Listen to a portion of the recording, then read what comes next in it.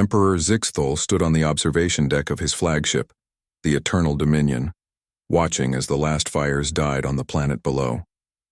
New Terra had been a beautiful world once, with its blue oceans and green continents that reminded many species of the legendary human homeworld. Now it was nothing but ash and smoke, another conquered territory in his ever-expanding empire. The Vorthak Emperor was massive even by his species' standards, standing nearly 12 feet tall with chitinous armor plating that gleamed purple-black under the ship's lights. His forearms moved with practiced efficiency as he reviewed the battle reports on his personal display. The humans had fought well, he admitted grudgingly. Better than most species when faced with the might of the Galactic Empire, but fighting well meant nothing when faced with superior numbers and technology. Casualties, Commander? Zixthol's voice rumbled through the bridge, causing several junior officers to flinch involuntarily. Commander Veltar, his most trusted aide, approached with visible hesitation. The spider-like arachnid's 8 legs clicked nervously against the metal flooring. My Emperor, we suffered minimal losses, perhaps 3,000 across all fleets. The humans... He paused, mandibles clicking anxiously. Speak plainly, Zixthol commanded, his primary eyes never leaving the dying planet. Complete extermination, my lord. Military and civilian populations eliminated as ordered. Orbital bombardment protocols were thorough. We estimate 12 billion human casualties across all their colonies in this sector. The Emperor nodded with satisfaction. Humans had been a persistent thorn in his empire's expansion for nearly 2 decades. Their refusal to surrender, their tendency to fight to the last person, their annoying habit of inspiring other species to rebellion. All of it would end here. With their core colonies destroyed and their fleets scattered, humanity would finally be erased from the galaxy. Any survivors? He asked, though he already knew the answer. His orders had been explicit. None detected, my Emperor. Long-range sensors confirm no human vessels escaped the system. Their homeworld of Earth was the first target eliminated, followed by their major colonies. The species is extinct. Zixthol allowed himself a moment of genuine pleasure. In his 3-century reign, he had conquered over 400 species and absorbed their territories into his empire. Some had surrendered immediately upon seeing his fleets. Others had fought bravely but briefly. A few had proven troublesome enough to require complete extermination. But none had been as persistent, as maddeningly defiant, as the humans. They had appeared on the galactic stage barely a century ago, emerging from their small corner of the galaxy, with primitive but effective technology. Most species took millennia to develop faster than light travel. Humans had done it in mere decades after first achieving spaceflight. They spread across nearby systems with alarming speed, establishing colonies and trade routes with remarkable efficiency.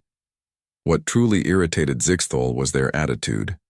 Most species, upon encountering his empire, showed proper respect for his power. They understood their place in the natural order, but humans seemed incapable of accepting subjugation. They fought when they should have surrendered. They inspired others when they should have submitted. They made alliances when they should have begged for mercy. The Emperor remembered his first encounter with human diplomats 5 years ago. Instead of the usual prostration and tribute offerings he expected from new species, the human ambassador had actually stood upright in his presence, looking him directly in the eyes, and spoken the most insulting words he had ever heard. We come in peace, but we will not kneel. That phrase had haunted him. No species had ever refused to kneel before imperial might. It was unthinkable, unnatural. The strong ruled the weak. This was the fundamental law of existence. Yet these peculiar bipedal creatures seemed genuinely confused by this concept. My Emperor, Commander Veltar's voice interrupted his memories. The fleet awaits your orders. Zixthol turned from the observation window, his forearms clasping behind his back in a gesture that had become signature throughout the galaxy. Signal all ships. We return to the capital. Let word spread throughout the Empire that the human problem has been permanently resolved. As he walked toward the command center, the Emperor felt a deep satisfaction settling into his bones. The galaxy would be more peaceful now, more orderly. Other species would see what happened to those who refused to accept imperial rule. His empire would continue its expansion unimpeded.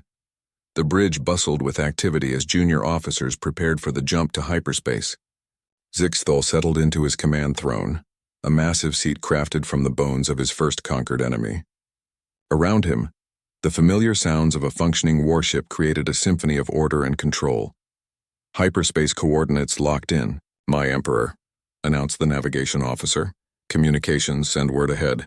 I want a full ceremony prepared for our return. Let the entire galaxy know that Emperor Zixthol has eliminated another threat to galactic peace.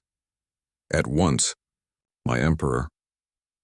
As the Eternal Dominion and its escort fleet prepared to leave the new Terra system, none aboard suspected that their victory was about to become the catalyst for something unprecedented in galactic history. In the depths of space far beyond their sensor range, a single human vessel drifted silently among the debris of their destroyed fleet. The ship Defiance had been playing dead for 6 hours, its crew of 300 holding their collective breath as enemy forces completed their grisly work. Captain Sarah Chen stood on her bridge, tears streaming down her face as she watched her species' homeworld burn. But beneath the grief, something else was growing. Something that would soon teach the galaxy a new word, one that would shake the very foundations of the Galactic Empire. Captain Sarah Chen floated weightless in the observation bubble of the Defiance, staring at the cooling corpse of New Terra through tears that refused to stop falling. The planet that had been humanity's proudest colony was now a blackened sphere, its once blue oceans boiled away by imperial plasma bombardment. 12 billion souls had lived there just hours ago. Now there was nothing but silence, Captain. The voice belonged to Lieutenant Commander Marcus Webb, her first officer and oldest friend. He had served with her for 15 years, through 3 different commands, but she had never heard his voice sound so hollow. "I'm here." "Marcus." Sarah wiped her eyes with the back of her hand, though new tears immediately replaced the old ones. "Status report. Life support is stable. We're running on minimum power to avoid detection. Engineering reports we can maintain this configuration for approximately 72 hours before we'll need to either restart the main reactor or—" He didn't finish the sentence. They both knew the alternative. Sarah pushed off from the observation bubble's wall and glided back toward the bridge. The Defiance was a Ranger-class light cruiser, designed for long-range reconnaissance and rapid strike operations. Her crew of 300 represented some of humanity's finest naval personnel, trained for missions behind enemy lines. None of that training had prepared them for this moment. The bridge was eerily quiet, emergency lighting casting red shadows across the faces of her crew. Every station was manned, but the usual chatter and activity of a functioning warship had been replaced by stunned silence. These men and women had just watched their entire species die. "Communications, any word from other human vessels?" Sarah asked, though she already knew the answer. They had been monitoring all frequencies for hours without detecting a single transmission. "Negative, Captain.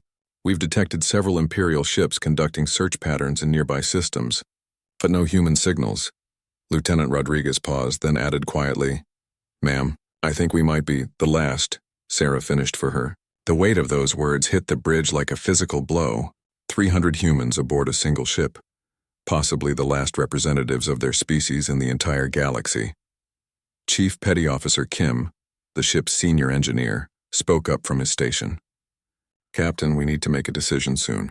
If we restart the reactor, there's a chance the Imperials will detect us. If we don't, we die anyway," Sarah concluded. She moved to the center of the bridge, her eyes scanning the faces of her crew.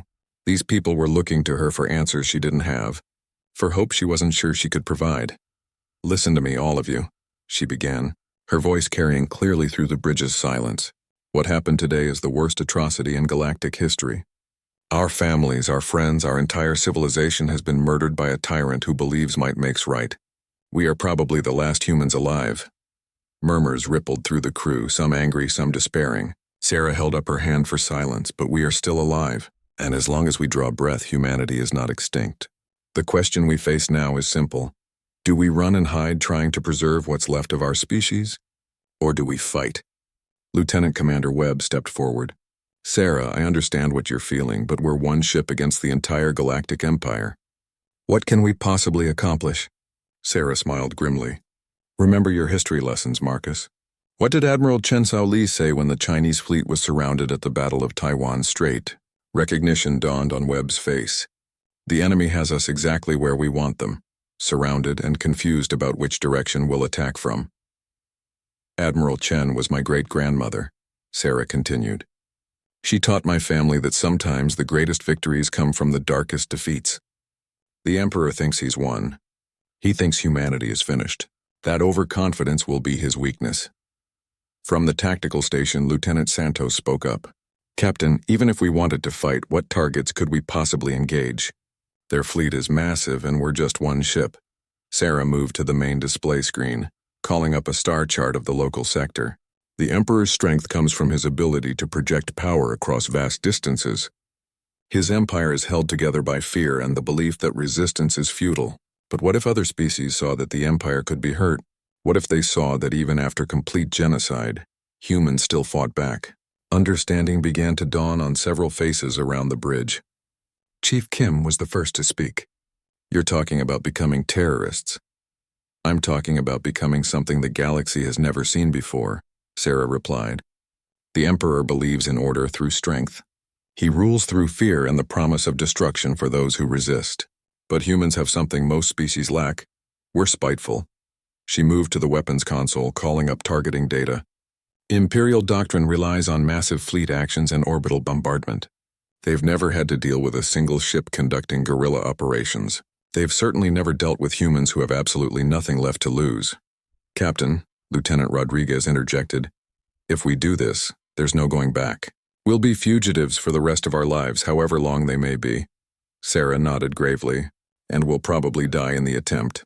But the alternative is to hide in the darkness until our supplies run out, and then die anyway. At least this way, we might accomplish something meaningful with our deaths.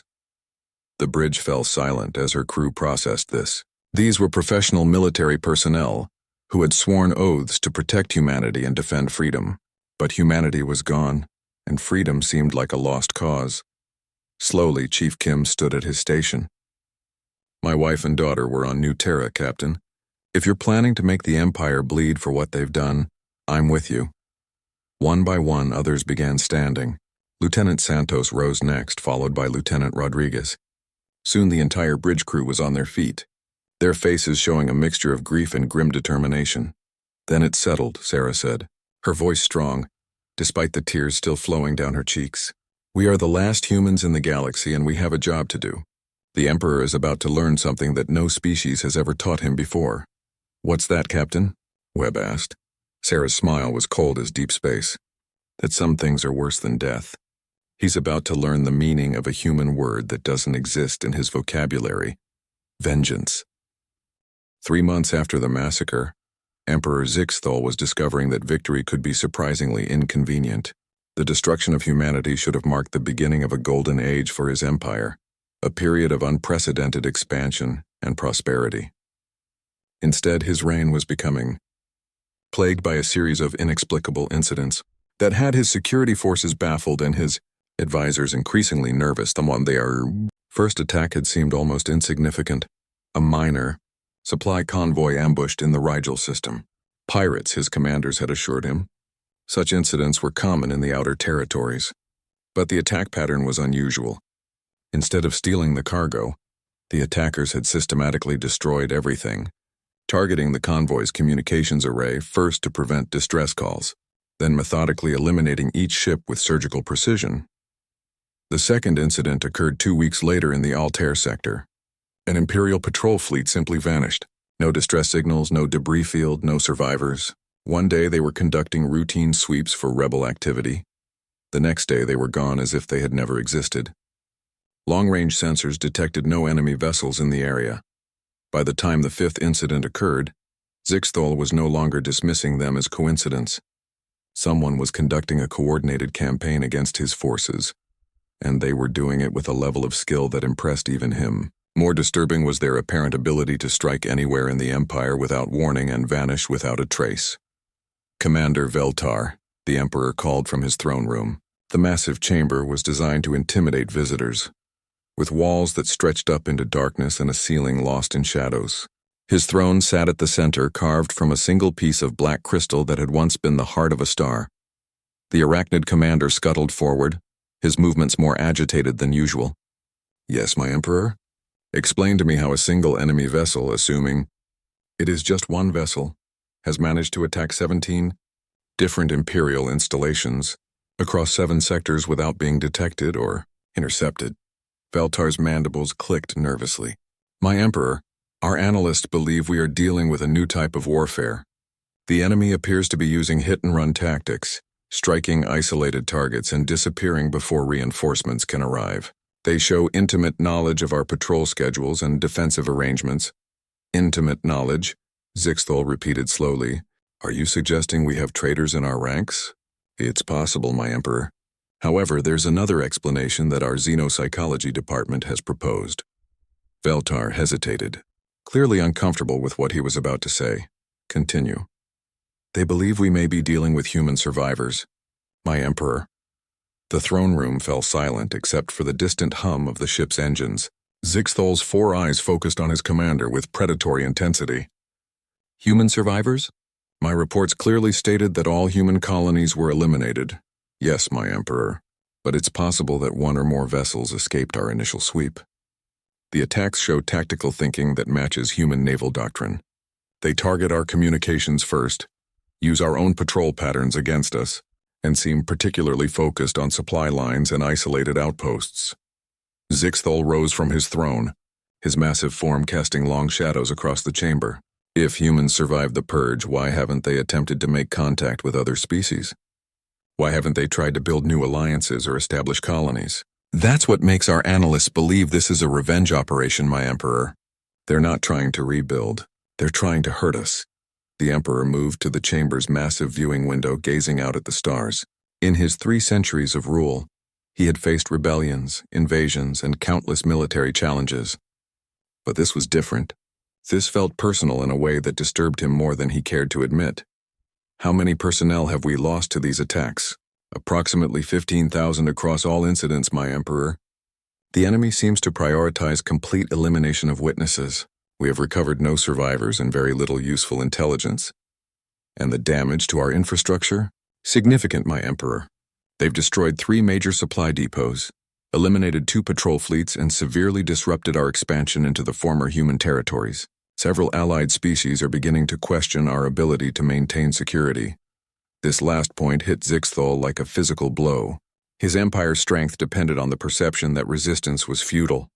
If other species began to believe that the empire could be successfully challenged, it could trigger widespread rebellions that would take decades to suppress. Double all patrol frequencies. Institute random schedule changes to prevent pattern recognition. And I want our best hunting fleets assigned to track down these ghosts. Already implemented, my Emperor. However, the enemy has adapted to each countermeasure within days. They appear to be monitoring our communications somehow. Zixthol turned back to face his commander, his expression thoughtful.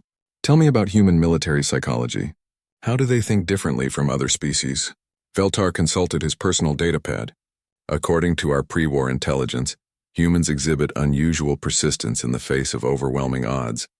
Most species will surrender when defeat becomes inevitable. Humans tend to fight until they are physically incapable of continuing. They also show strong emotional attachments to abstract concepts like honor and vengeance. Vengeance, the Emperor mused. An interesting concept. Most species seek survival above all else, but you're suggesting these humans are willing to die for the satisfaction of hurting their enemies? It appears so, my Emperor. Human literature and history are filled with examples of individuals sacrificing themselves to harm those who wronged them. They seem to find meaning in the act of retaliation itself, regardless of whether it accomplishes any strategic objective. Zixthol pondered this information. In his experience, defeated enemies either submitted or fled to rebuild their strength.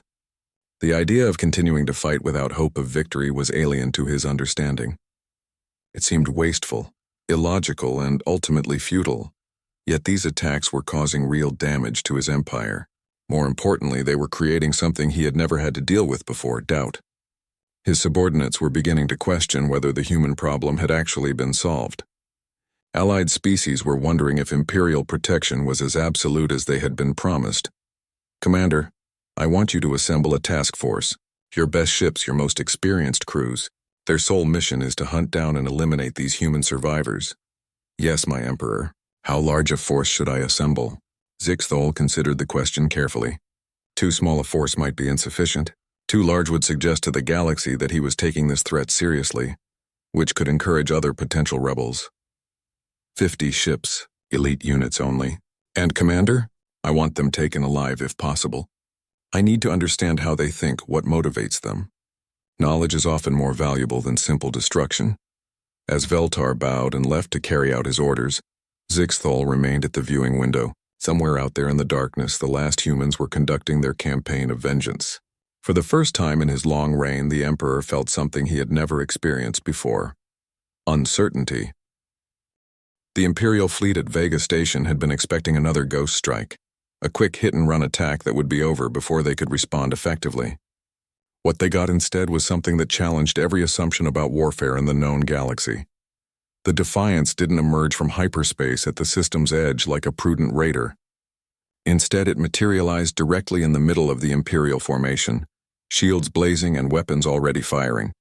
The sudden appearance of an enemy vessel in their midst sent the Imperial fleet into momentary confusion. Precious seconds that Sarah Chen used to devastating effect. All weapons, fire at will. Engineering, begin reactor overload sequence. Sarah's orders cut through the bridge noise as her ship unleashed everything it had. Modified human weapons, salvaged Imperial plasma cannons, and jury-rigged missile launchers all spoke at once. The nearest Imperial destroyer, caught completely off guard, took the full brunt of the Defiance's opening salvo. Its shields collapsed instantly, and secondary explosions tore through its hull. The ship broke apart in a brilliant flash that illuminated the faces of Sarah's crew with orange fire. "Transmission sent, Captain," Lieutenant Rodriguez called out. "All Imperial frequencies are carrying our message. Across 7 sectors of the galaxy, Imperial commanders and their alien allies heard the same words. This is Captain Sarah Chen of the human vessel Defiance. Emperor Zixthol believes he exterminated humanity 6 months ago. Today we prove that some species refuse to die quietly. This attack is dedicated to the 12 billion souls of New Terra and every human child who will never see the stars. Remember us." The psychological impact was immediate. Species that had submitted to Imperial rule began to whisper among themselves. If humans could survive complete genocide and strike back at the Empire's heart, what else was possible? The Emperor's promise of inevitable victory suddenly seemed less certain. On the bridge of the Defiance, damage reports were coming in from all sections. The ship was taking tremendous punishment as 66 remaining Imperial vessels focused their fire on the lone human ship. Shields fluctuated wildly, then failed completely. Hull breaches appeared on multiple decks. "Captain, reactor overload at 60%. Chief Kim shouted over the sounds of explosions and emergency klaxons. "We've got maybe 10 minutes before she goes." Lieutenant Santos, target the supply depot's main reactor. "If we're going out, we're taking that facility with us." The tactical officer worked frantically at her console, trying to lock weapons onto the station while the ship bucked and rolled under enemy fire. "I've got a lock, but their defensive grid is too strong. We can't penetrate their shields from this range." Sarah felt the deck plating buckle beneath her feet as another wave of enemy fire struck home. Around her, crew members were fighting fires, sealing breaches and trying to keep their weapons operational even as their ship died around them. These were the last humans in the galaxy, and they were making their final moments count. "Marcus, can we reach ramming speed?" Her first officer checked his readings with grim efficiency. "Engines are damaged, but we might be able to get one more burst of power." "It would have to be a straight line run. No maneuvering." "Do it." "Chief Kim, how long until reactor breach?" 6 minutes, Captain." "Perfect timing." Sarah moved to the communication station. "All hands, this is the captain. We have 6 minutes to make history. Every human who ever lived, every dream our species ever had, comes down to what we do in the next few minutes. Make it count."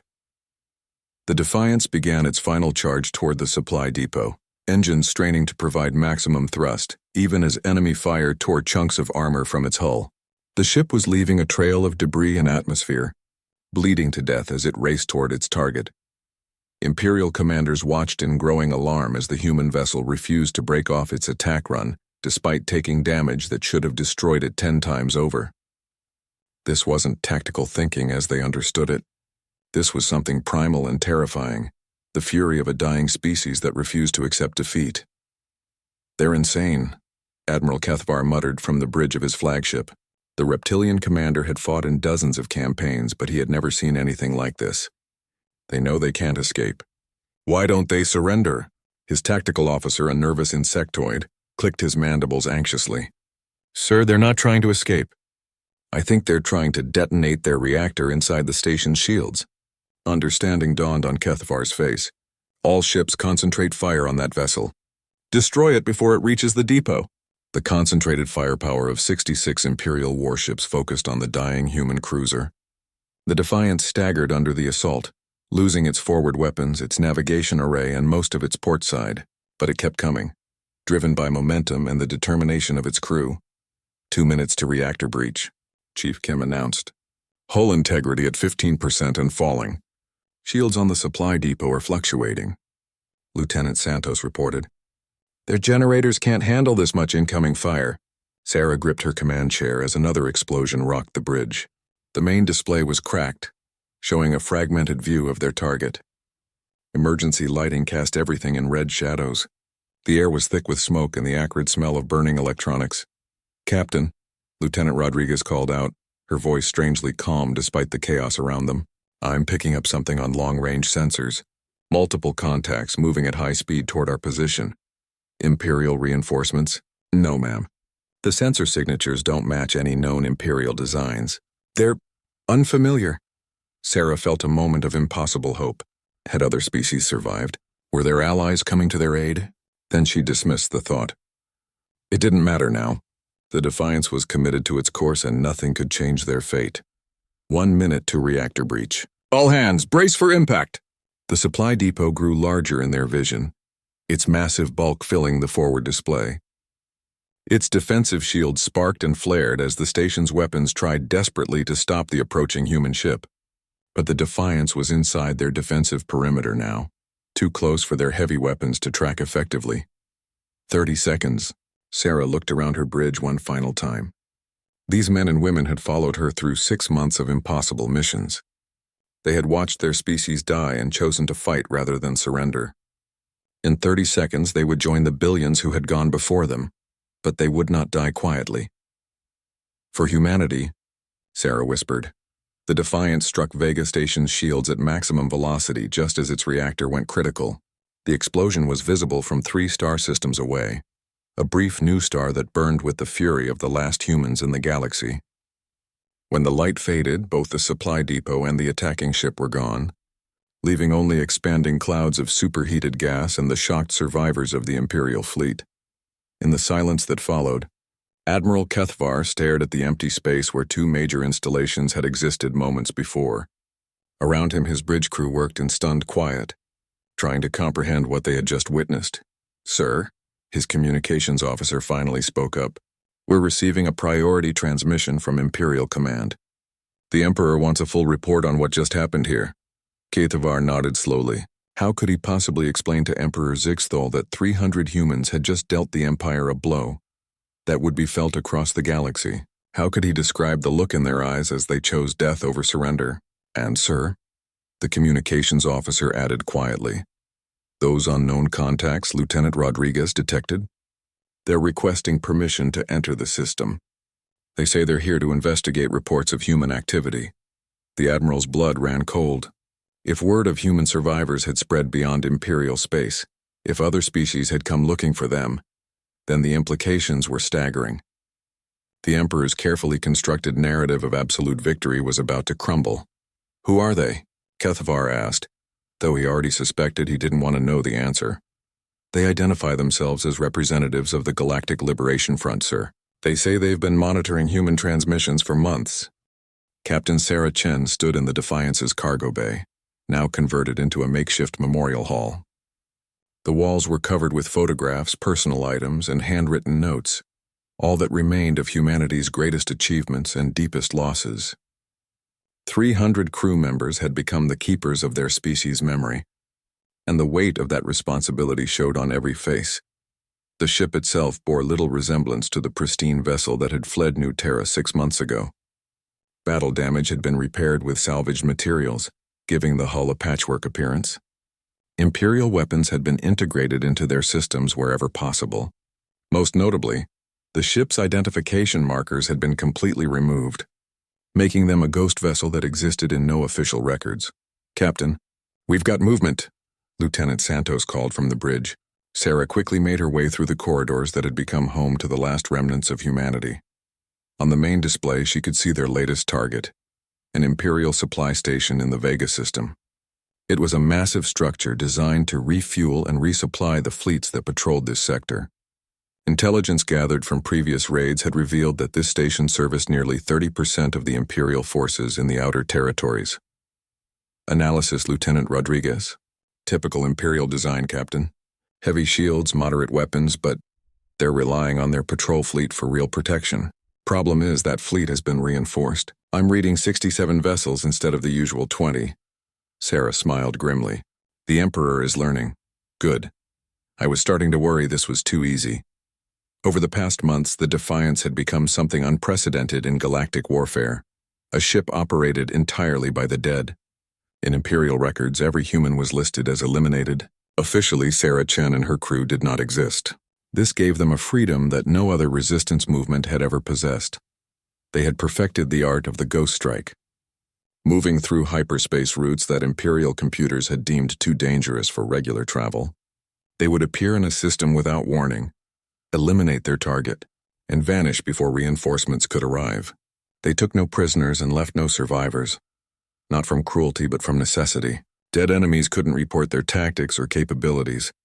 Marcus, what's our supply situation? Her first officer consulted his datapad. Food and medical supplies will last another 4 months. Ammunition is more critical. We're down to 60% across all weapon systems. Replacement parts are becoming increasingly difficult to salvage from Imperial wrecks. Sarah nodded thoughtfully. They had always known this campaign would have a limited lifespan. The Defiance was slowly wearing down, and eventually they would face a situation they couldn't escape from.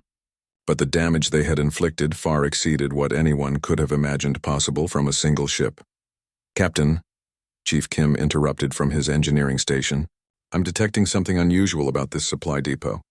Their power output is nearly triple what it should be for a standard facility. Explanation? Either they're running some kind of heavy industrial operation or... Kim paused, checking his readings again. Or they're powering something that requires massive amounts of energy. Something like a hyperspace communications array. Understanding dawned on Sarah's face. Imperial command structures relied on faster-than-light communication to coordinate their vast territories. If this facility housed a major communications hub, destroying it would create a temporary blind spot in Imperial intelligence gathering across multiple sectors. Lieutenant Santos, what would happen if we eliminated this facility? Imperial forces in 7 sectors would lose direct communication with the capital for approximately 3 weeks while they reroute through backup systems. It would also force them to move additional ships to protect their remaining communication hubs, thinning their patrol coverage. And the downside? The facility will be heavily defended, Captain. 67 ships plus whatever defensive systems they have installed. We've never attempted to engage a force this large. Sarah moved to the tactical display, studying the enemy formation. The Imperial ships were arranged in standard defensive patterns around the supply depot, with overlapping fields of fire and sensor coverage. It was a formidable obstacle, but she had learned to think like a predator rather than a hunter. Marcus, remember the Yorktown Gambit? Webb's eyes widened. Sarah, that's a suicide tactic. It only works if you don't care about survival. We stopped caring about survival 6 months ago, Sarah replied simply. We care about maximum damage before we die. The Yorktown Gambit was a theoretical attack pattern developed by human naval strategists, but never implemented in actual combat. It involved using a ship's hyperspace engine as a weapon, creating a controlled explosion that could destroy everything within several thousand kilometers. The attacking ship would be vaporized instantly, but the damage to enemy forces would be catastrophic. There's another option, Captain, Lieutenant Rodriguez spoke up. The supply depot's main reactor. If we could overload it while simultaneously detonating our own power core. The explosion would be visible from 3 systems away, Chief Kim finished. It would also send a message that the Emperor can't ignore. Sarah looked around the bridge at her crew. These men and women had followed her through 6 months of impossible missions, watching their numbers slowly dwindle as battle damage and system failures took their toll. They were tired, worn down by constant stress and the knowledge that their families were gone forever. But there was something else in their eyes now, something that had grown stronger with each successful attack. It wasn't hope exactly, because hope implied a future they knew they wouldn't see. It was purpose. They had found meaning in their last days, and that meaning was ensuring the Emperor paid a price for his genocide. All right, people. We do this and we do it properly. I want maximum psychological impact. The Emperor thinks he eliminated humanity 6 months ago. Today we teach him that some things refuse to die quietly. The bridge erupted in quiet activity, as the crew prepared for what they all knew would be their final mission. Sarah moved to her command chair, feeling the familiar weight of responsibility settling on her shoulders. Communications. I want you to prepare a transmission on all Imperial frequencies. Wide broadcast, maximum power. Ready, Captain. What's the message? Sarah thought of her great-grandmother, Admiral Chen Sao Li, who had taught her family that honor wasn't about winning or losing. It was about fighting for something worth dying for. She thought of the 12 billion souls who had perished at New Terra, and the children who would never be born, and the dreams that would never be realized. Tell them that the last humans send their regards. Tell them that Emperor Zixthol may have destroyed our bodies, but he has awakened our ghosts. And tell them that before this day ends, he will learn the meaning of a word that will haunt him for the rest of his reign. What word, Captain? Sarah's smile was cold as the void between stars. Consequence. Emperor Zixthol stood in his private chamber, staring at a datapad that contained the most disturbing intelligence report he had received in 3 centuries of rule. The destruction of Vega Station was bad enough. The loss of a major communications hub would disrupt Imperial operations for months. But the political implications were far worse. Word of the human attack had spread across the galaxy with impossible speed.